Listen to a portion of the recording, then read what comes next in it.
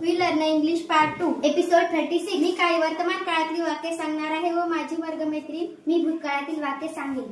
I play cricket, I played cricket. We watch the cup, we watched the cup. She dances, she danced. I eat a biscuit, I ate a biscuit। He makes a tea, he made a tea। They ran to school, they ran to school। Radha cricket खेळली ती घरी धावली। Radha played cricket, she ran home। सुनीलने त्याचे हात धुतले व चहा बनवला। Sunil washed his hand, he made a tea। तो क्रिकेट खेळला, he played cricket। आम्ही खिडक्या उघडल्या, we opened the window। आम्ही कपाट उघडले, आम्ही लड्डू खाल्ले। We opened the cupboard, we ate लाडू। मी शाळेत गेले, मी फुटबॉल खेळला। I went to school, I played a football।